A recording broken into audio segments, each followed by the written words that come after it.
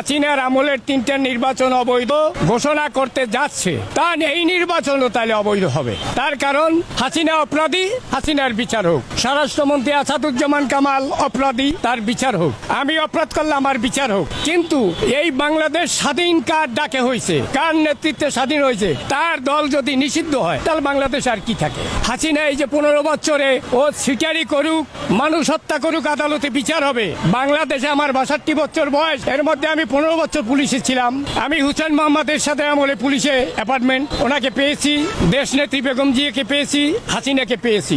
কার কি চরিত্র, কে কতটুকু ভালো, ইনশাল্লাহ আমি কিছু অবগত আছি, যেহেতু পুলিশে ছিলাম। সারা বাংলাদেশে যে কাজ আওয়ামী লীগ সরকার করছে, এরা বলছে কোটি কোটি টাকা পাচার করছে। 15 বছর সারা দেশে কাজ করছে, বিদেশিদের সাহায্য আনছে, কাজ 10 টাকার কাজ করছে, 12 টাকা দেখাইছে, 2 টাকা আত্মসাৎ করছে। এটা স্বাভাবিক, আমি ক্ষমতায় গেলে আমিও করব। বর্তমান সরকার যে নির্বাচন দিচ্ছে, যে দলই যাক না কেন, তারা ওখানে আল্লাহ পাকের রহমতি ফেরেশতা হয়ে আসবে না। এটা আমি চ্যালেঞ্জ করতে পারি যে বাংলাদেশের রাজনীতির যে কয়টা দল আছে, জনগণের কল্যাণের স্বার্থে কোনো দল নেই।